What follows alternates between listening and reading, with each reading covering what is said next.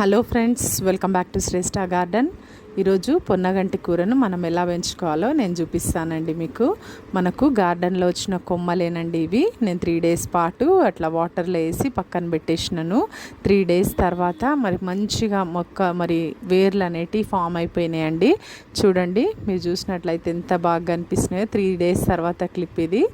మరి చక్కగా ఫామ్ అయిపోయినాయి రూట్స్ అన్నీ కూడా. మనం ఇప్పుడు వీటిని తీసుకెళ్ళి డైరెక్ట్ సాయిల్లో నాటడమేనండి.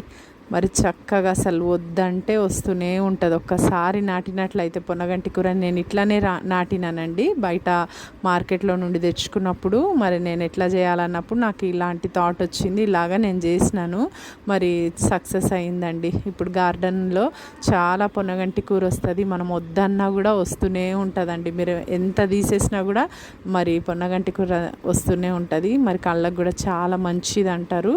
మనము ఈ యొక్క లీఫీ వెజిటేబుల్ని మన గార్డెన్లో పెంచుకొని తినడం చాలా మంచిది. మరి ఈ వీడియో మీకు నచ్చిందని నేను అనుకుంటున్నాను. నచ్చినట్లయితే ప్లీజ్ లైక్ చేయండి, షేర్ చేయండి, ఛానల్ని సబ్స్క్రైబ్ చేసుకోండి. Thank you for watching.